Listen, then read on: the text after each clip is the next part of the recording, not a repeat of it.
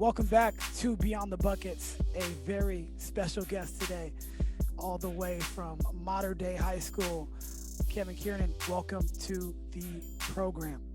Thank you. Glad to be here, Chris. Well, I like to start off the show with a bang. So, we could talk about the state championships. We could talk about the most winningest coach in California history, but the people really want to know something that is not readily out there for public consumption. So, give us a fun fact about yourself that people may not know. Oh, I'm an open book, Chris. People know everything about me. My wife's a college head coach. She's a head coach at Concordia University down here in Irvine, California, Division II. Mm-hmm. My daughter played 4 years for me at Mater Dei.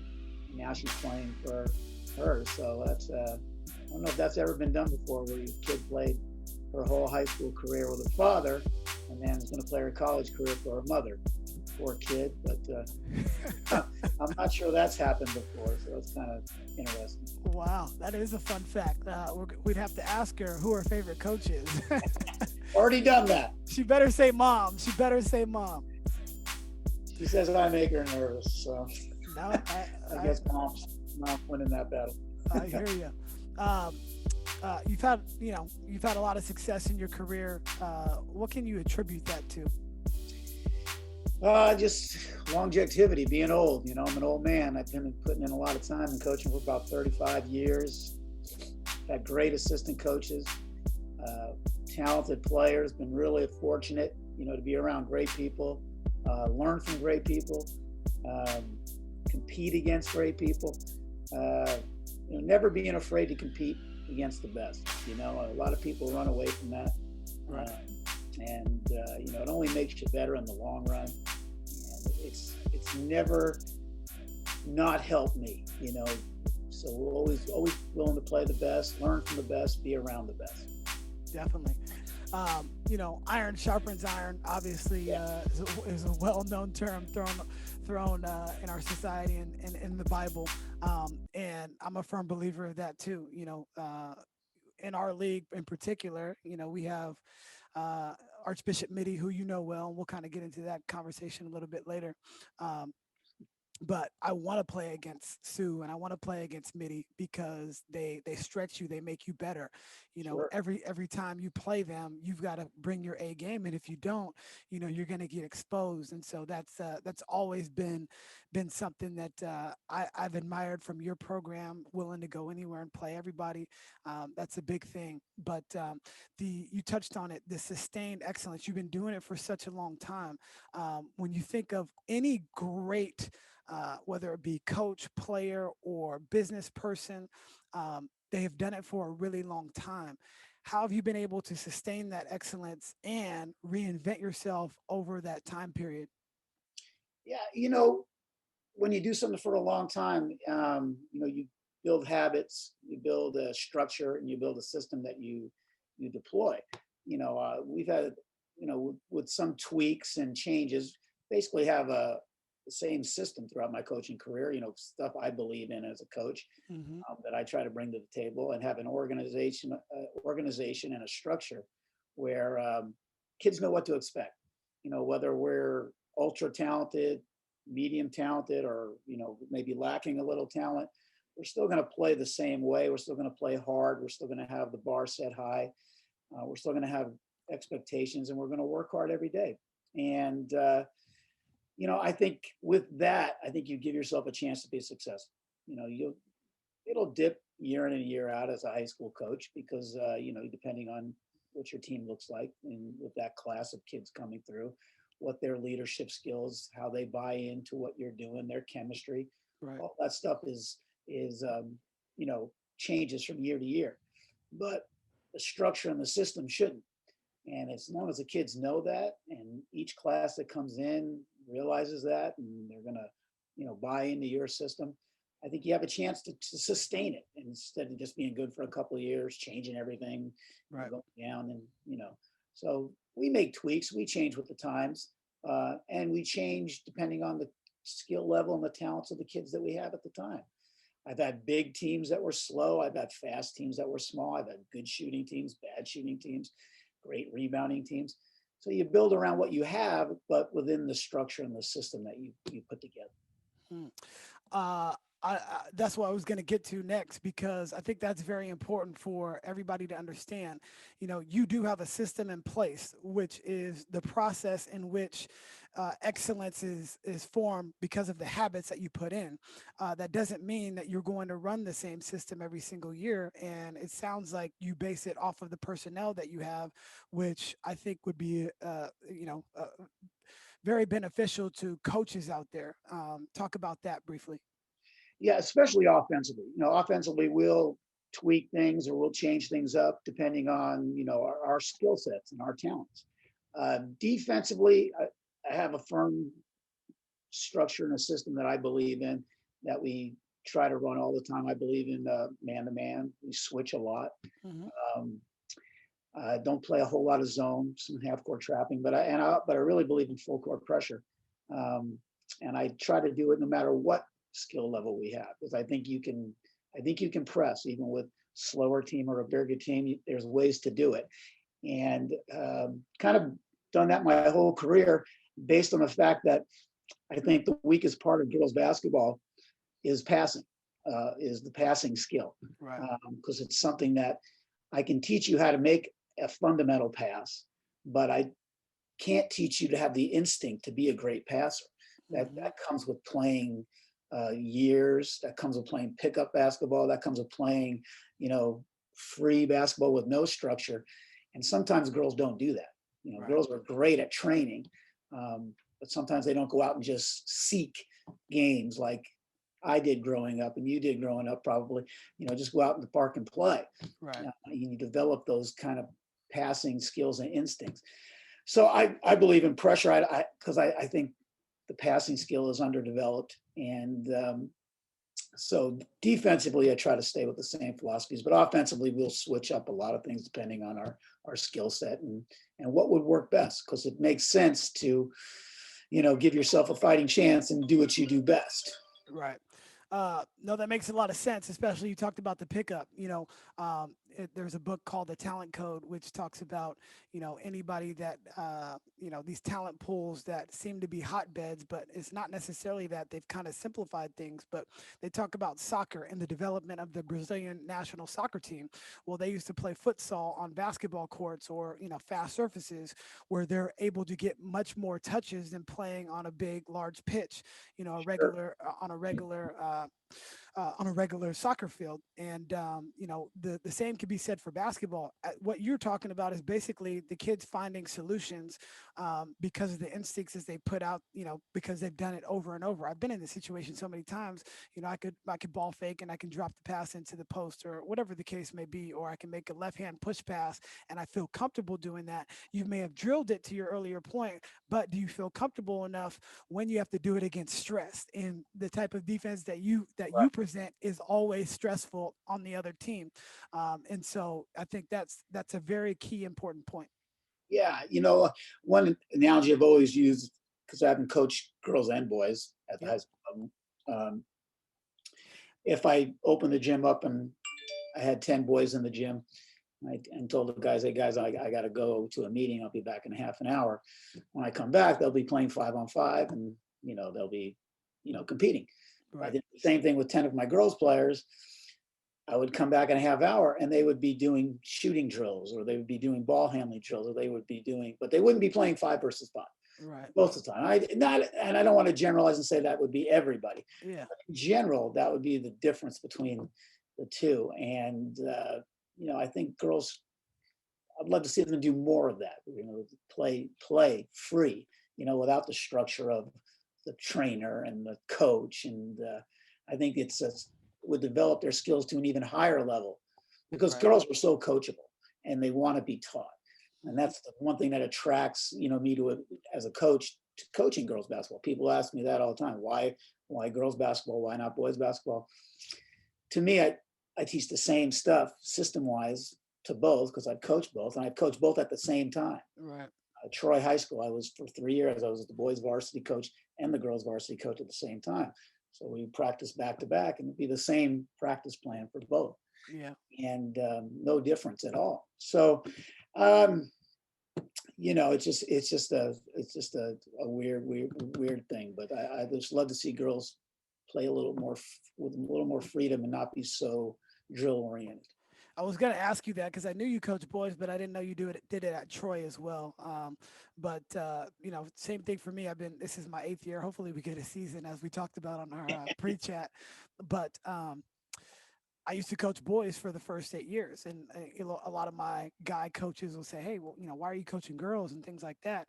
But I really enjoy it. I really thoroughly enjoy that, and I tell people this all the time. You've got uh, kids that work hard, boys. You got girls that work hard. You got kids that don't provide effort. You got boys that don't provide effort. You have kids that will be able to execute, and you got boys that can't be able to execute. So Sure.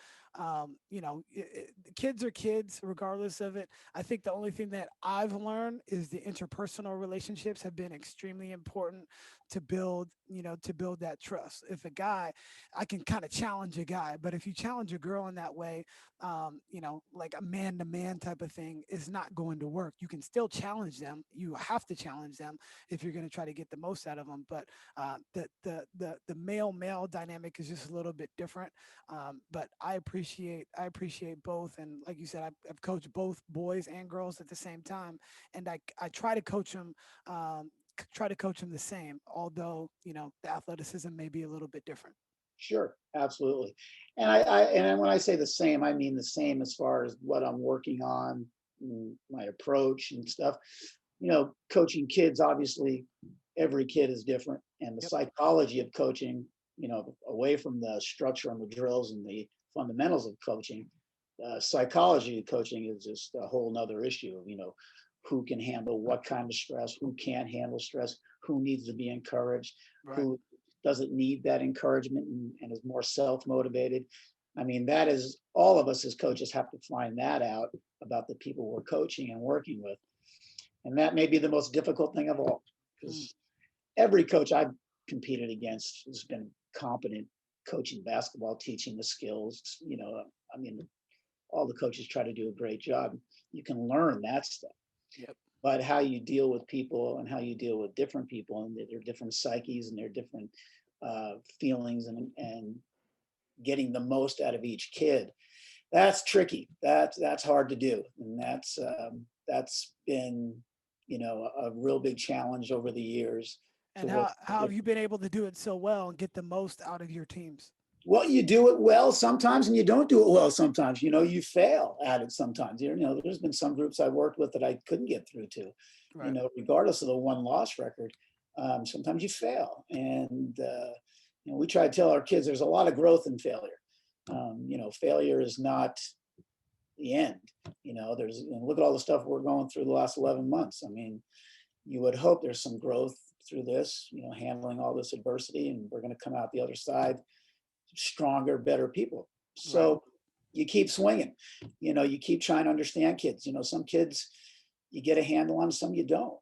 Everybody's different, and everybody has a different mindset. And the best coaches are the ones who can figure it out, and the ones who can get the most out of those kids.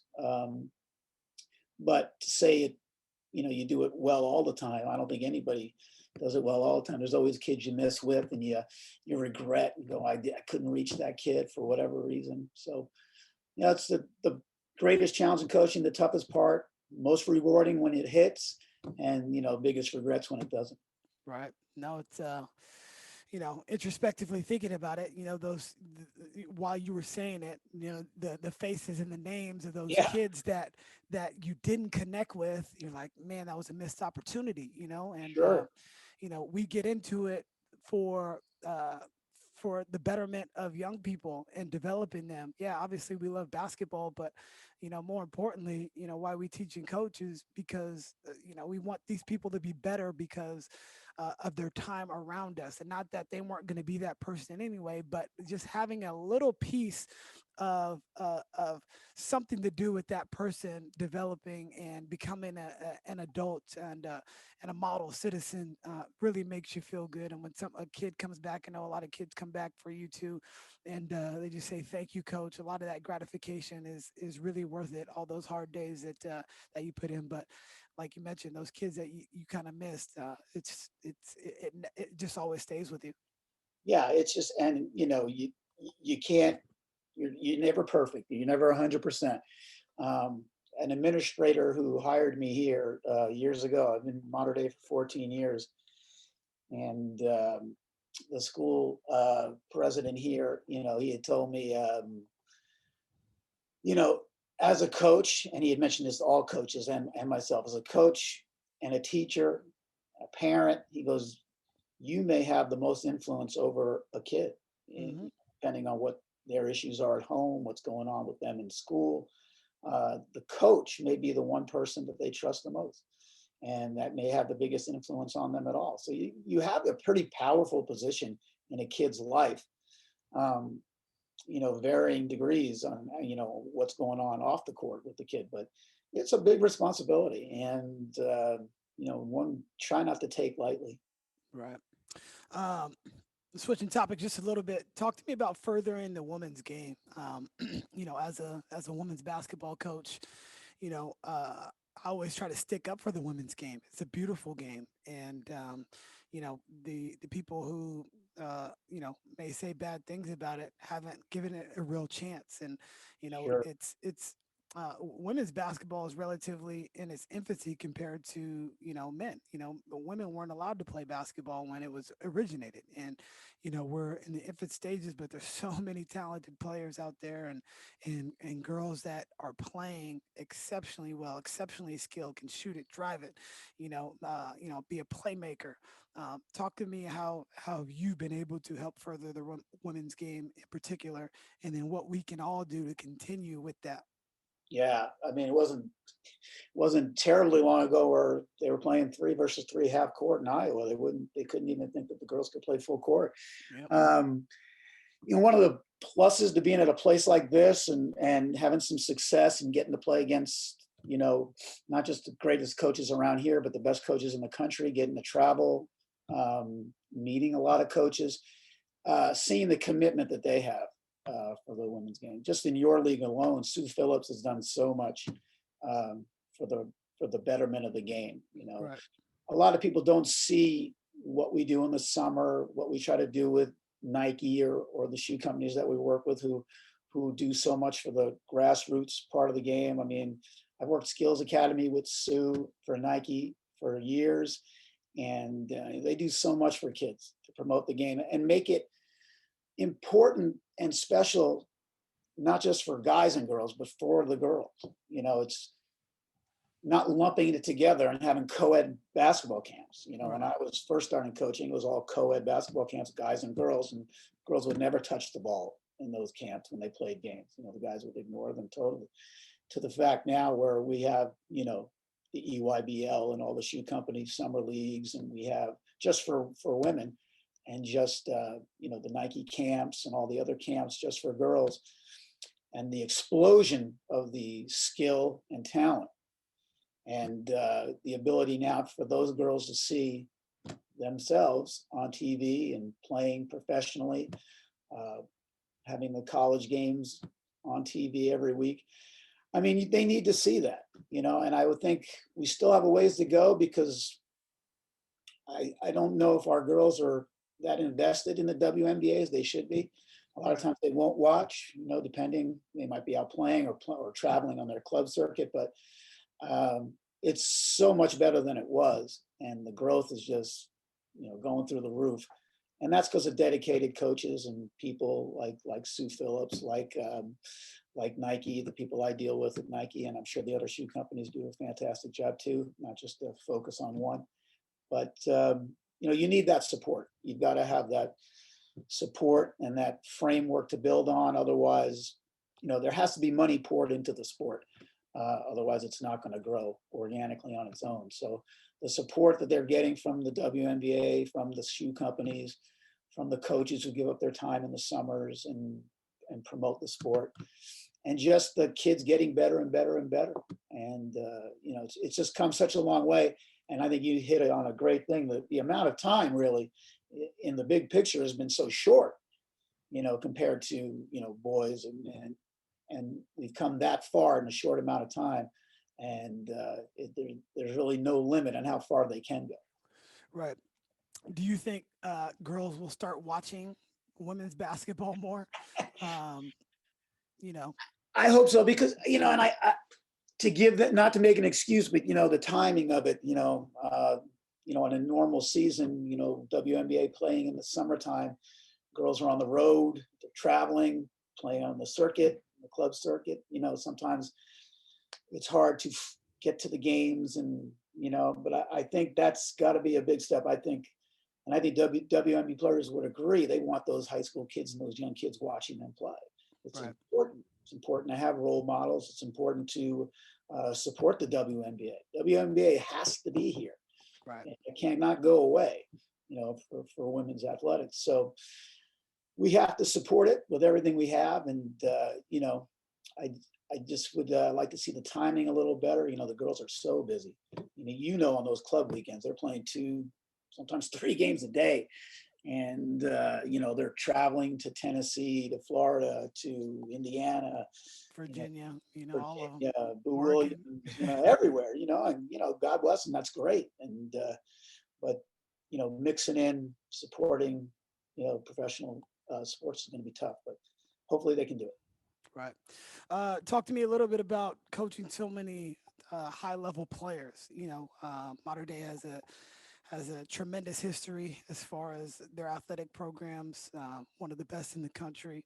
And, you know, you get that attracts a lot of high level athletes. And, you know, some of them have been on this show actually, which have been good to know. And they said nothing but great things about you. So I was really glad that we got connected.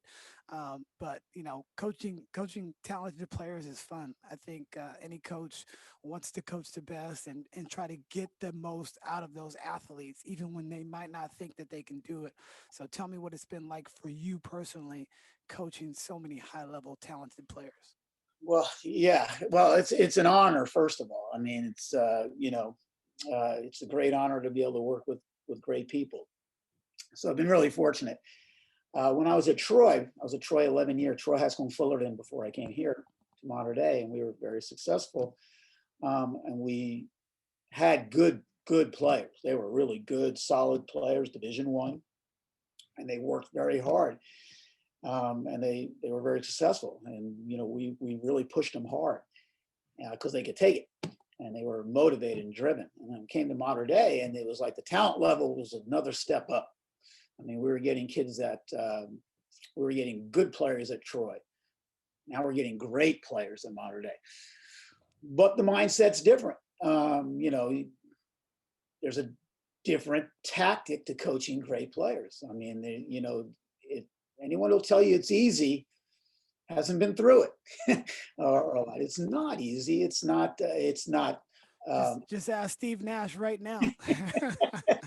You know, it's great, and it's a lot of fun because you get to see the game played at a really good level, and you get to see these kids who are really motivated and driven and talented, and they're really good at what they do. And it's always good to see greatness up close. Not many people get a chance to see greatness up close. I mean, to see greatness up close and work with it every day is absolutely fun. But it's also challenging because you have to motivate and you have to incorporate, and, you know, because there's a lot of other people on that team that are not as great as this set of players. So motivate and incorporate and try to put together, you know, a functioning team around that kind of talent is a challenge. But that's my job, and that's why I get paid. But seeing kids like Katie Lou Samuelson and Kalina Mosqueda Lewis and Alexis Violatama, and this year Brooke Dimitri and Alyssa Durazo Frescas, who come every day and work hard and care about their craft and being better at their craft is motivation for me to keep going. So it's challenging, but it's great to see it up close. That was actually the next question. What motivates you? Still to this day, coaching for so many years. What gets you out of bed to want to do it over and over? When you, like you said, you've had success everywhere you've coached. Not that it's been easy, but what motivates you every morning to want to go back at it? Yeah, it's not easy, and like I said, I have a basketball family. All my kids, I have 4 kids, and they all play. And my wife's a college coach, so it's hard to wake up in the morning and say, I don't feel like doing any basketball today in that house. You got to keep competing with them. So I'm a pretty self-motivated person. I like to get up in the morning and work out. I teach English here at Mater Dei. Get my classes ready. Open the gym up for anybody who wants to come in the morning before school. Um, I like to compete. And basketball is the ultimate competition. I Right. love my assistant coaches. I've had great assistant coaches over the years, and I like working with them. I look forward to it when they walk through the door at practice after school, and they get to talk to them, and and keeps me young. I'm 61. I've been coaching for 35 years, and I don't think I'm retiring anytime soon. So it's just you just want to stay as active as you can, and this is a lot of fun. Definitely. Well, you don't look 61. I'm in I my feel it. 16th year coaching. Like I said, well, yeah, 8 on the boys, and this is 8 on the girls. 38, and so I hope to continue to do it as long as you have, and just pour everything you have into these young individuals. It's truly a blessing to be able to do it. I teach high school PE to boys, freshman boys, and health. So preparing lesson plans and things like that, and just vibing with these young people keep you young. And I'm Yeah. I'm like you. I got to get a workout in every single day. It just makes me tick. And if I don't have it, I'm irritable. I'm grumpy. My wife is like, go get on the Peloton or something. So um, a lot of parallels. So good to hear that after 35 years in the game, you still love it. Like the first day. So that's extremely important. Yeah. And when I'm not coaching, I'm watching basketball. So it's a lifelong love interest. Definitely. What struggles have you had having a national program? Everybody circles your school every time they play you. You have to give your best effort, and if not, uh, you know, somebody can upset you that might have a less talented team. But what struggles do you have as a national level program? Yeah. And a lot of coaches hate losing. We all hate losing. Some people, you know, are more afraid of losing than they are winning. I mean, it's just, that stuff doesn't bother me as long as kids are playing the way they're supposed to play. And I'm pretty even keeled when it comes to that. I'm a very intense man at practice. It's important to me. That's where we teach. I would say the biggest challenge of coaching high school basketball is dealing with parents. Number one topic, dealing with raising of money to make sure you can do the things we do. The thing that have the schedule we have and be able to travel and do things on a normal year, very expensive. And people think of Mater Dei as a privileged money place, and it's not. It's you have to raise money here, and kids pay tuition to go here, so it's money is always a struggle. So dealing with everything that isn't basketball is the biggest. The basketball is the easy part. Dealing with fundraising, dealing with parents, and all the um, ups and downs you can have on the parent side of things is the biggest challenge moving forward. Yeah, I hear you. And it's an important role because you're dealing with, you know, uh, people's children, and you want to care for them, but that doesn't mean it's always going to be fair or even, or you have to be a truth teller a lot of the times, and some people don't want to hear that. And then, like you said, fundraising and figuring out ways to uh, go to all these destinations and play these high level opponents, and have all the nice things that come along with it is just people think they want to be in your situation until they're actually in your situation. And like you Yeah, said, if it was just coaching basketball, it would be very easy. You can just show up, coach the kids, put your work in, and that would be it. But there's so much other stuff that goes on, just scheduling alone, making sure that you have a competitive schedule, but not one that, like in our league, the last 2 years we finished second to midi, but we went 500. That's the level we're playing. And so if we schedule super hard, if we schedule you and Clovis and Paulie and all these teams, and we go under 500 outside of league, our section says you can't even go to the playoffs if you're under 500 outside of league, under 500 inside of league. absolutely. You won't be able to go. So it's just there's a lot that people may not understand what goes into high school. And you mentioned it, having a great staff is so important. One, I really love my staff too. Like, we hang out, and that's very important to me, where they can come over for family dinners and we'll go out and hang out after the game, obviously pre-COVID. But that's important, just sharing those laughs with those individuals that you really care about. And they do so much work on the back end, because sometimes you have to be the one that puts the hammer down, and you need people that can buff what you're actually trying to get across to them. Right. And you hit it right on the head. The assistant coaches that you have are extremely important to the lifeblood and the success of the program.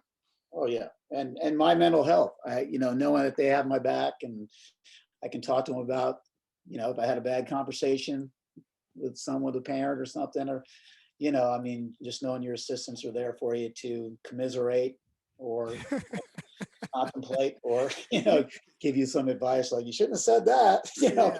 Well, things like you that, thankfully you guys don't have to commiserate too often, but no, well, we have our issues here, like I said, 99% of the people you deal with are great. There's always going to be a few people that, you know, don't get you or don't agree with what you're doing. And, that's universal. That's not a modern day thing. That's a universal thing for a coach. So, you deal with it, and I try to be even keeled. I just try to be consistent. If I'm inconsistent, then people have a reason to come at me if I'm being inconsistent with them. If I'm giving out, misinformation or treating people, differently and, making inconsistent decisions, then, I should be criticized and I should be held accountable.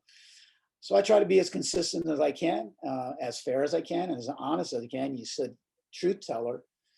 We do not live in girls basketball. We do not live in the world with a lot of truth telling, because there is a lot of, and I understand why. There's a big business to this on the other side, with club and training, and they're trying to attract kids, and they're trying to be as positive as they can with kids. And I feel my job is to be truthful and tell them what they need to work on, and what they're not really good at. So sometimes that's not received quite as well as the pat on the back. So you just try to be as consistent as you can, and people agree or disagree. At least where you're coming from, and you know you're not going to make everybody happy. And when you try to make everybody happy, you make yourself miserable. That's kind of the way we think of it here. How have you been able to work with the clubs in your area? You have a lot of great clubs. A lot of them are on the EYBL circuit. For me personally, I've been in AAU basketball for the last 15 years. I run my own club, but I've seen the high school landscape really change, and so many players, and it's not their fault. It's the fault of the system, in my opinion. They play on one team this year and they go to the next team, and that's perfectly fine. Like, if you think you need to do that, I'm perfectly okay with it. And I've seen myself trying to go away from that club high school stuff, because that's not the reason why I got into it. We just announced a partnership with the West Coast Elite that can facilitate opportunities for our younger kids if they want to go, a shoe brand route, whether it be, Sure. with West Coast Elite, Under Armour, or Cal Stars, Nike, whatever. I don't really care where the kids play in high school. I want them to have a great opportunity to, number one, get better and develop. And number two, get an opportunity to play at the next level. I think that's important. But what do you think about the club landscape?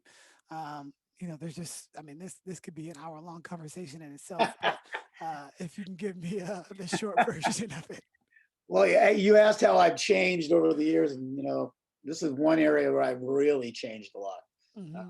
when I was a young coach, I always thought the summers were, to put in all our offense, all our deep, get everything in and play 50, 60 games, and make all our mistakes in the summer, get to bond and know each other. Go to they had a big tournament here every year in San Diego. At the end of the summer, that high school teams would all go to, and Is that the surf something? uh, Wade Vickery ran it for Oh the. yeah. I think they still run it, but obviously, you know, things have changed over the years as far as what high school teams are doing in the month of June and July. Yep. So I was all gung ho, and club. Why would you go play club? I'm giving you full service right here for basically nothing, you know. And then over the years, the kids are going to play club no matter what, and I understand the reasons. At first, I did not. I understand trying to go play with a different group of kids, maybe playing with some of your friends or a different group of kids than you are playing with the high school. That can help. That's a challenge. Also, hearing a different voice, having another coach and not listening to me 11 months out of the year. Hmm. That's a good thing. At the time, I was, hard for me to let that go, let that control go. And what Uh, year was this? Then you kind of this is when I was turn the first corner. starting. I was, like in my 20s. Hmm. This is 25 years ago. Um, and over the years, I've gotten, really away from that way of thinking. Like, if I get 2 good weeks with the kids after school ends and in June, I'm good. And then the kids can go June, July, and a little bit into August and go on the circuit and play for whatever, big clubs, small clubs. I give advice on, I just go to a club where you're important and you're going to make an impact and you're going to play. Makes no sense to sit. You're playing for a club team, go to a lower level club or a different club, somewhere where you're on the court, actually making an impact and you're important. And we let them go now. So I might play, a tournament at the end of June, maybe 8, 9 games a summer now. But I know my kids are playing. They're all over the place playing. And we do have great clubs here. We've got Cal Swish, we've got West Coast Premier, we've got Cal Sparks, Cal Storm, just those 4 Nike EYBL teams in our area. And they're all well run and they all have great coaches and they all do a fantastic job. And, there's no stress in me pushing a kid to any one of those teams. One of our best players who just made the McDonald's All-American game, Brooke Dimitri, played Cal Stars, and she had a great experience playing for Right. Kelly Stopak at Cal Stars. And it was one of the best decisions she ever made. So, I think club is a great tool, it's a great thing. I think it's really important for the high school coach to get along with the club coach because you want to avoid overuse, you want to avoid injuries. So if I'm pushing my kids on my end and the club coach is pushing on his end or her end, and the person who's going to lose out is the kid. They're going to be overworked, burnt out, going to come to hate the game. And so I backed off totally. There's a time and a place for me to go hard. I get them for a pretty long stretch during the school year. When school starts all the way till March, basically. So I get a chance to work with the kids up close and get to push them pretty hard for a pretty long time. So I think it's pretty fair to back off and let club, do their thing when they do. This year is a weird deal because if we do start playing, we're going to be playing in April, May, June, and that's right in the wheelhouse now of all the clubs. Right. So more than ever, high school coach and the club coach has got to be on the same page. I mean, I might not schedule a Saturday game this year, and because the kids might play club on the weekend. Might play with me a league game with me on a Friday night in May, and then go play Boo Williams over the weekend. It's just going to be really tough, and it's going to be really important that the clubs and the high schools, respect each other and work together. And I think for me, the last 10 or 15 years, that's the way I've been running things. I just have a lot of respect for those guys and girls. And sometimes I think the kids play too much, but I'm not going to tell a kid not to play. I'm going to support our kids in whatever they do. But if I want a kid to play less, I pretty much am going to have to do it on my side. I'm going to have to back off a little bit on my side to make sure I know what happens. But yeah, that the dynamic between the club and the high school is really important now. And neither one's going away. I No. think you have to respect all the people involved, that they have the best interest of the kid at heart, and I think they do. Obviously there's outliers where some people are in it for the money and don't care, but I think those are fewer and far between. And I see a lot of the clubs I see care about the kids. They're interested in their development, and it's a business, and they're interested in that too. And nobody should deny that, but that's okay. I mean, that's you got to make a living. And they got hit hard last year, so I would imagine this spring and this summer is very important to the club structure and system. So my Definitely. best advice to any young coach is to work with the people in your area, work with the clubs in your area, try to maintain a relationship that is pro kid. That's the nail on the head right there. Is it for the kid? Is it benefiting them? Ultimately, if you can assist, it's going to take multiple people in their circle to help them, attain a college scholarship if that's what they want. Multiple Right. people that can help mold them be the person that they're going to be. And, that's extremely important when you talk about it like that. But, the state did a good thing, which allowed kids to play club sports because they went back on that rule a few weeks back. So that's a good Yeah. thing. But in our county, they're making the kids choose. As it stands right now, we're in one of the most restrictive counties in the country, but they are allowing. Well, they're not allowing kids to play in club sports, as they're not even letting them play two high school sports. They Yeah. couldn't if it was a It is restrictive. Yeah, so Chris, if they hadn't backed off on that rule, I don't know if we would have had a season or a possibility of a season. Because if it came down to choosing between club and high school in that time frame, the April to June, with our season still not confirmed and up in the air, even though I believe we'll play, yeah, I think most kids would have opted towards club, because club is going to play. And there's no no doubt. doubt they're going to play unless there's a reversal surge or something goes wrong. And I don't think that'll happen, but club is going to play. So I think we would have, lost a lot of our kids to club. Thankfully, here the rule was rescinded again, so they can play both. Yeah, So again, I'm it'll I'm take some planning, but I'm hoping they change that rule because it's unfair to the kids to make them choose between high school and club. And like you totally. said, the club will probably win out because that's a guarantee. And a lot of people that thinking there is going to be a high school season, which I know we're both hopeful that will take place, it's not going to be the same high school experience. It's going to be an experience, but not the same one. So people will need to understand it might not be any fans in the stands. It might be, one team at a time. So the JV and the freshman teams might not even play on those days or whatever the case. It's just going to be a lot different. People need to be flexible in their what their expectations are going to be. There's more protocols that are going to have to be taken place with the schools. That's why I wish that the schools would have gotten it together, because there would be more protocols if they play at your school or my school. There's if somebody was infected with the virus, it would allow protocols to be in place to be able to return back in a safe manner. So yeah, Yeah.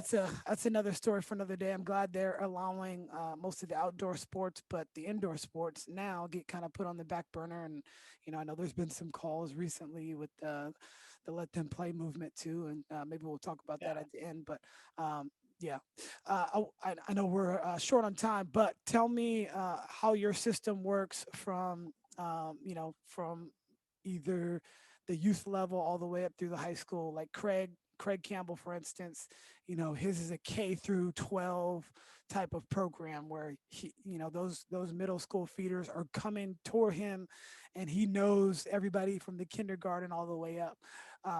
We have a K through 12 situation at our school, but we're still relatively um, getting to that direction where it's just gonna take some time if we want to make sure that system comes all the way up. Sue will use her club program to attract players to come to MIDI, and Doc does his same thing, and now Kelly is gonna probably do the same thing now that he's at Carondelet. Um, but what is your system as far as kids coming in and ending up at Mater Dei? Yeah, we have none of that. So, I mean, we have nothing like that at all, Chris. And I know Sue and Craig. Craig's got a great situation. I Yeah, mean, he does. you're a good player in that area, you're going to play for Craig, Yeah. and he knows who he's going to have for the next 8 years. So that's pretty cool. Right. And not saying we don't get talented kids, we do, but where we're getting them and where they're coming from, I have no idea on a year-to-year basis. Orange County and surrounding Riverside and LA counties are very talent rich. Yeah. The level of ability is there, but we are so dense with schools. I mean, the competition for kids, private schools, good public schools is incredible. Just the Trinity League alone, we're within. How many square miles are most of the schools in the Trinity League? We're all within 15 minutes of each other. I mean, you Wow. can throw a rock and hit a private school here, Okay. and Because a good one. that's much Yeah, different from us. right. Midi's not far, presentation's not far, St. Francis isn't far, but Sacred Heart is far, Yeah, and St. Ignatius is far, and Reardon is far.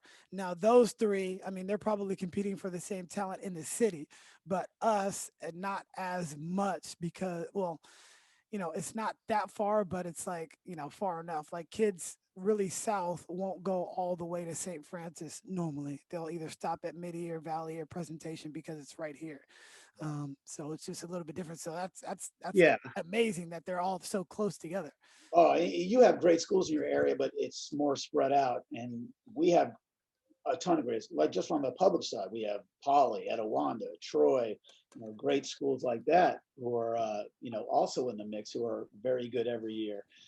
A kid who's considering Mater Dei will also be considering, J. Sarah, Orange Lutheran, Rosary, and all those schools. So we have a great advancement team at our school. Our school does a great job of, promoting itself and getting out in the community, and letting people know what Mater Dei has to offer their kids.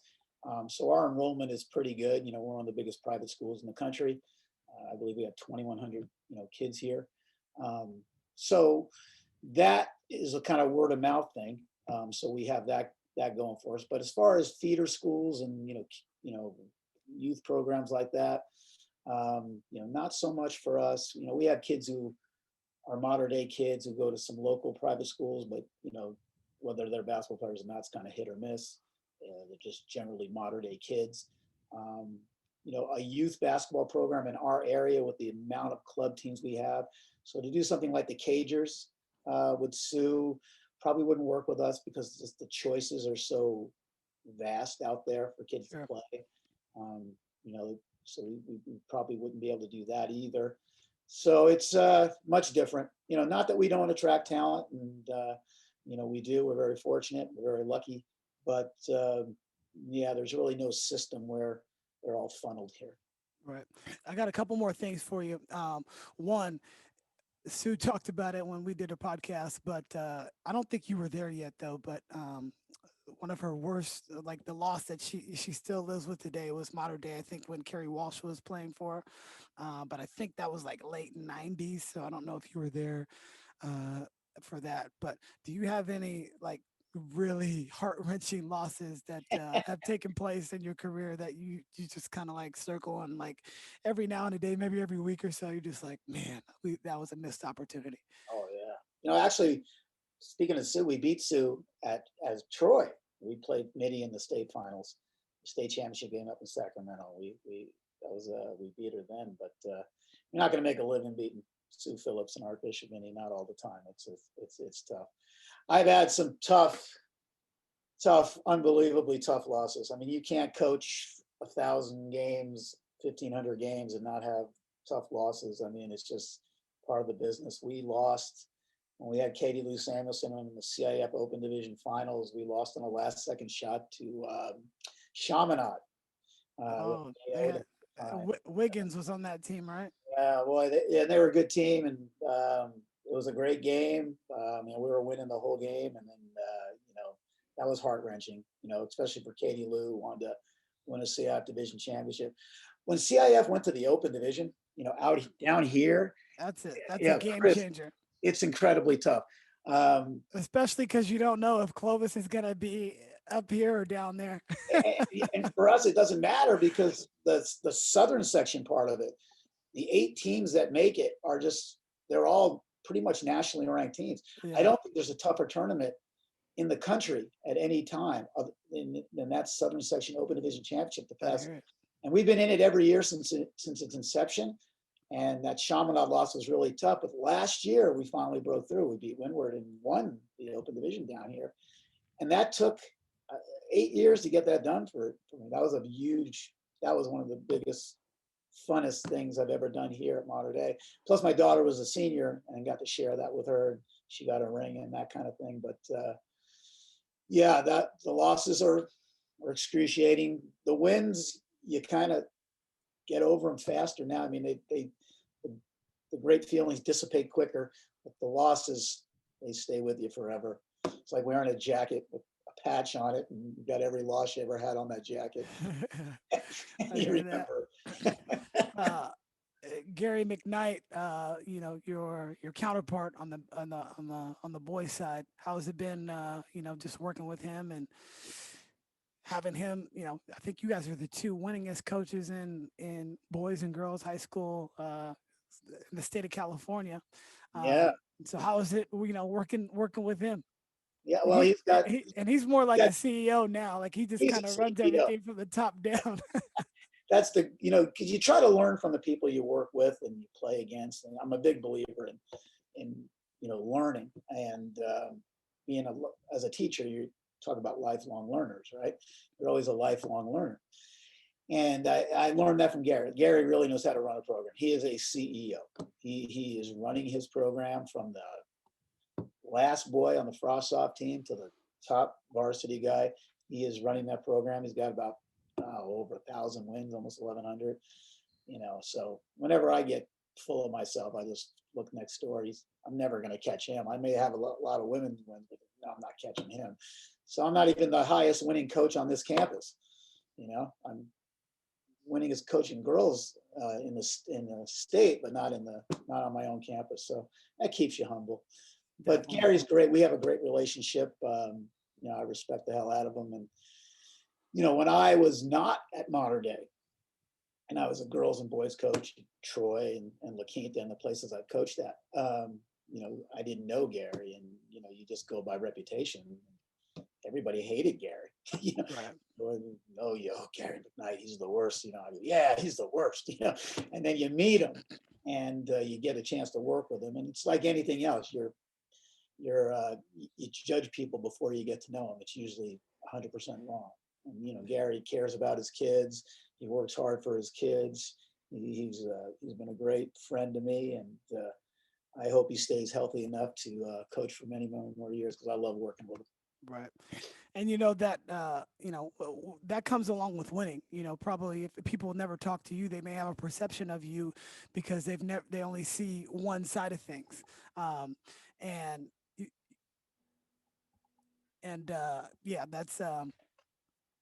That's kind of what comes with the territory. So, I really appreciate you for joining. I've watched you from afar from a long time, and glad we actually, got to see each other face to face. But I can't wait to meet you in person, and just hopefully once this COVID ends, I'll come down there and, you can kind of show me the ropes, but Sure. you're a class act. You really are. I really appreciate your time. I Thank know you. there's going to be a lot of coaches that get some value out of this because, you're a real guy. That with the heart in the right place, and I'm just glad we had that outlet. One last thing, if there was anybody that should come on the Beyond the Buckets, who would it be? Oh, have you had Alicia Kamaki on? I haven't. No. Sierra Canyon. Alicia Okay. played with me in high school. Yeah, she's got a great, fantastic program too. Yeah, if she wants to stay in this and do this, then the wins record that I have, that it's going to be gone. She'll obliterate it if she wants to do this for the next 20 or 30 years. She's really smart, really talented. She's awesome. Well, I'm going to task you with making that connection for me. And then, definitely want to connect with you, and hopefully maybe we can get down to your tournament next year, and we'll talk about that offline. But again, thank you. Where can everybody follow you and the program, and anything else, any shameless plugs you have right now? Feel free. We're on Twitter, Mater Dei Girls Basketball, and we're on Instagram, and I'm not a big part of that, but I love Twitter. And you can find me watching any Boston Celtic game that's on. That's where I'm at. So we didn't get to talk about the KG behind you, but that's my guy right there. I got a picture of that head of him right over there. So I'm a big Celtics guy. You should see my car. Right now I'm hurting. We're not a good team right now, but we'll turn it around. Definitely. Thank you for listening to the Beyond the Buckets podcast. Please remember to subscribe, rate, and share the show with your friends. And until next time, take care.